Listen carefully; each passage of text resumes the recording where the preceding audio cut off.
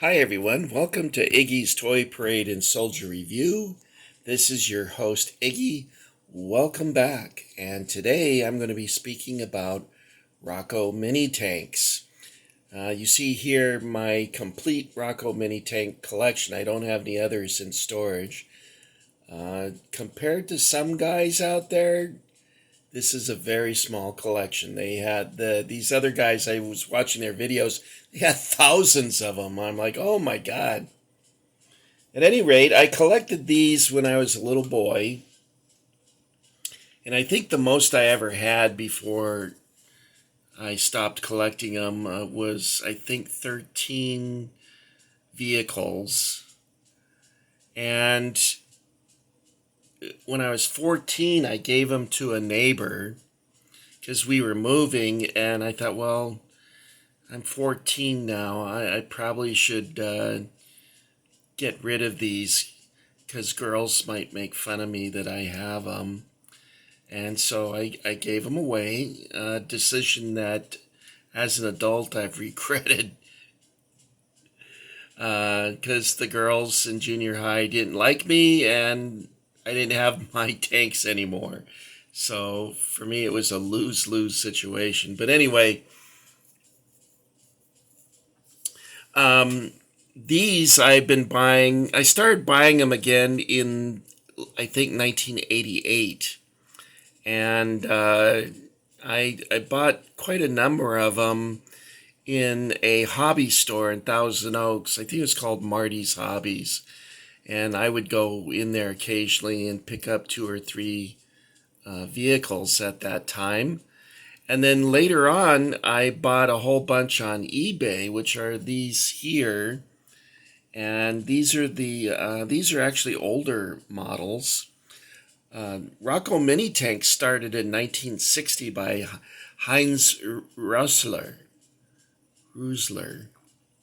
It's spelt with an O with an umlaut over it, so I think that's like an E sound, like Hermann Goering. So maybe it's Heinz Rösler. Roessler, I think. Anyway, let's not get distracted about it. You know how I get. So, how do you know if you've got a really old mini tank or if you have a newer one? Well, the oldest ones they made, you can tell, and I'm going to show this to you here up close. This is one of the oldest ones that I own, and it has that blue ribbon on the top describing what the vehicle is. In this case, it's a Patton M48 tank. And check out that price, guys. 19 cents. Good grief. Here's one that I bought in the 1990s. Where is it? There it is. 813.90, and it was $375. So the price went up a little bit over the years. But this would be one of the earliest ones released by Roco Minitanks. And then it was followed by this one here that has a white ribbon with the description of the vehicle. And interestingly enough, with this one, I think this is a Puma. And they didn't give the name of it. They just described it as Panzerspähwagen 234. Now the A has an umlaut, so I think that means that it's pronounced A instead of A. So Spähwagen. I believe that means spy. So this would be a reconnaissance vehicle. And you look on the back of these, and it's interesting because it's in German and English.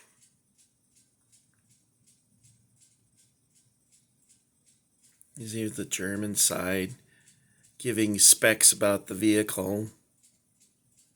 And then that's advertising some of their other vehicles that they have available or had available.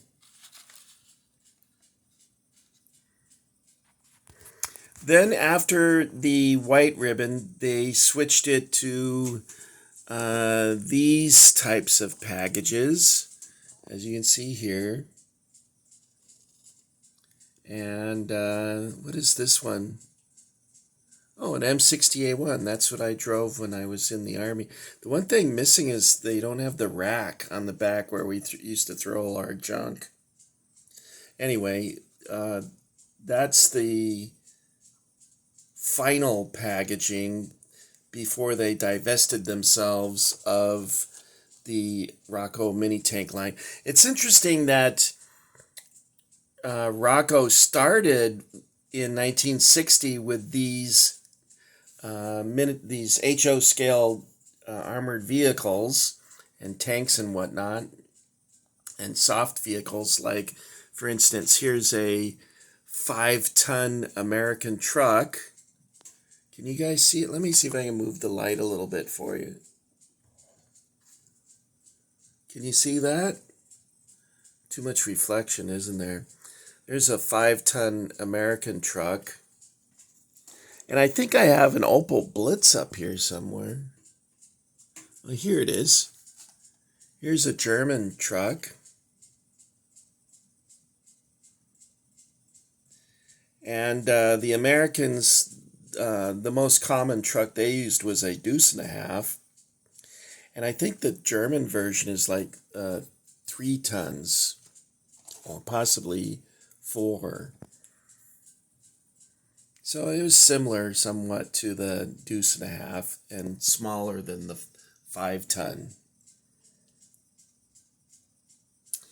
So Roco got into bankruptcy troubles, and a bank took it over, and they decided to divest Roco Minitanks of its mini tanks.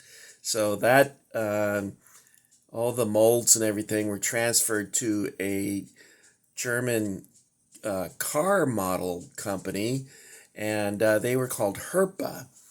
And I have an example of the Herpa packaging right here. So this was the final version. 2005, they started like this. And these, in order to save money, they started manufacturing them in Slovakia. So, whereas all these vehicles you see here, they're all made in Austria. That's another way you can tell how old the vehicle is, by where it's made. The newer ones, Herpa, are made in Slovakia, and I heard that they also manufacture in Vietnam, but I've never ever seen one that was marked Vietnam. Okay, they made these in several colors, OD green and the sort of khaki tan color. But I did see one that was manufactured in mint green. I got it at a hobby store in Thousand Oaks called Marty's Hobbies. My brother and I used to call it Marty's Farties. I don't know why, just because we're dumb. And it was a Tiger tank, and it was in mint green. But most of them are in this tan color or in the OD green. I've only seen one vehicle in that mint green color. So maybe it was an experiment they were doing and then they dropped it, or I have no idea. I'm wondering if it's kind of a rare vehicle. I can't find it though. It's in storage somewhere apart from the majority of my collection here, so I don't have it to show it to you. Now the packaging I thought was somewhat unexciting in these newer versions. Like these here, they don't have that vehicle. So I think this is a newer one before they went bankrupt. And then the older ones have this vehicle. It's either a West German car or it's an Austrian vehicle. I'm not sure which. Now, Roco Minitanks made a lot of German vehicles, American vehicles. They did make some English ones. I don't have any. They made some Soviet. I do have let's see, what's this? Schwimmwagen medium tank. Oh, here it is. Here's a T-34. That's the only Russian vehicle I have. When I was a boy, I desperately wanted this. This was the Honest John rocket. And I guess the reason I wanted it is because the two other kids that I used to collect these with, we kind of had some sort of competition going, and they both had the Honest John rocket launcher, and I never had it. But, here it is, guys. Now that you don't care, or you might not even be alive anymore, who knows? That's a terrible thought. And then another one I wanted as a kid was the bridge layer, and I think I've got that one now too, which you can see here. And I guess it's because the other boys had these and I didn't. That's why I wanted them so desperately. But there you go. A childhood wish fulfilled. How many? 50 years later? Wow. Even longer than 50 years ago. It was 1968. When I was a kid, I did have more Soviet vehicles, believe it or not. I had like a T-62 and I did not have a T-72. I had a T-62. I think I had a T-55 and a T-34. No, I didn't have a T-34. I had a T-62 and a T-55.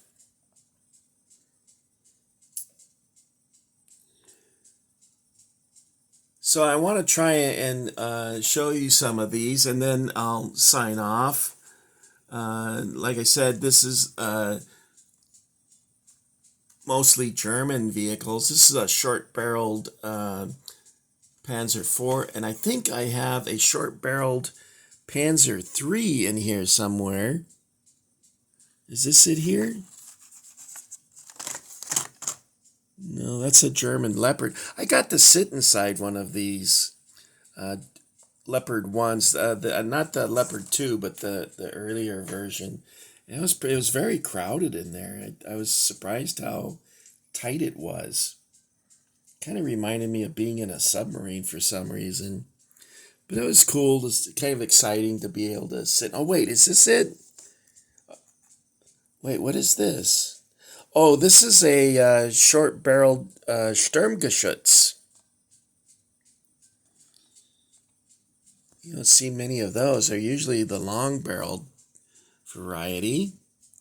And here's a little tiny... Some of these are really tiny. This one's a Schwimmwagen. And then I want to show you what happens to these vehicles quite often. You might think it's broken or something, but here's a M151A2 A2 Jeep, and it's all disassembled. And they put on the packaging, loose parts snap in place. And no kidding, because a lot of these would fall apart. Another way you can tell how old these are is, or if they've been repackaged, is the original staples are copper. So you'll be able to tell if someone repackaged your things. Now, some of these so-called original in package vehicles, I think, were repackaged. And I wanted to show you one that was repackaged like that, but I can't seem to find it right now. Anyway, let's not get lost in that. Here's a flak tank. And let's see, what else? Oh, this is an interesting vehicle. This must have been scary to come across this thing. This is a hunter tiger, or a Jagdtiger.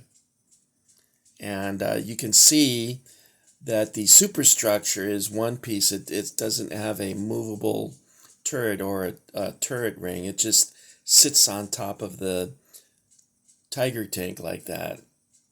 It's mammoth. And then I have a Sherman. This is one of the earliest vehicles I bought when I started collecting again. That's sort of an uninspiring vehicle to have. They probably should have put like a Panther or a Tiger, and then maybe with the American or Allied vehicles put a Sherman. But this vehicle, I don't know. Anyway, I forgot to mention that it was that Roco divested themselves of the Minitanks and sold it to Herpa, which well, you know what? I have one that actually says Herpa. And this one I think is an M40. No, this is a Walker Bulldog. I think they use those in Korea. And there it says Herpa. And each of these are numbered. So you'll see here number 102, the Panther, 171, the Jagdtiger, and so on and so forth. So each one has a number. And it appears that Herpa, when they purchased the molds, they continued those numbers. Here you see one that says number 700. This one is 765. What's it say on this one? 219. I can't imagine that they have over 700 vehicles, though. Maybe they do. I just haven't seen them. So what I'll do is I'll close with a close-up of, some of these are West German.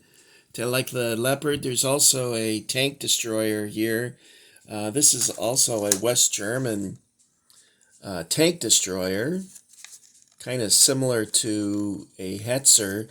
It almost looks like a Swedish tank. You guys have seen, what do they call their tank? The S tank or something? And they would lay on the gun by the driver turning the tracks to move the vehicle left or right.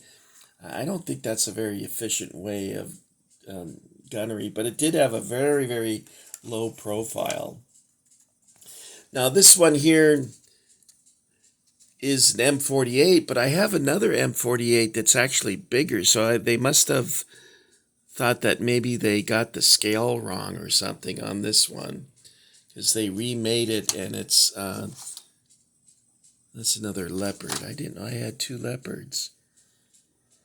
Anyway, guys, that's my Herpa and Roco Minitanks collection. I neglected to mention that Roco is still in business, and they make HO model railroad cars now. And Herpa makes the tanks now. I did, when Roco was still in business, I was in Salzburg, Austria, where Roco is headquartered, and I was on a tour bus, and we're driving through Salzburg, and I saw Roco Minitanks, and I leaped out of my seat, and I'm like, Roco Minitanks! And everyone on the bus got really quiet, and they kind of looked at me like, what the hell's this guy's problem? Because no one on the bus had a clue who Roco Minitanks was. Anyway, a little over-enthusiastic there on the tour bus.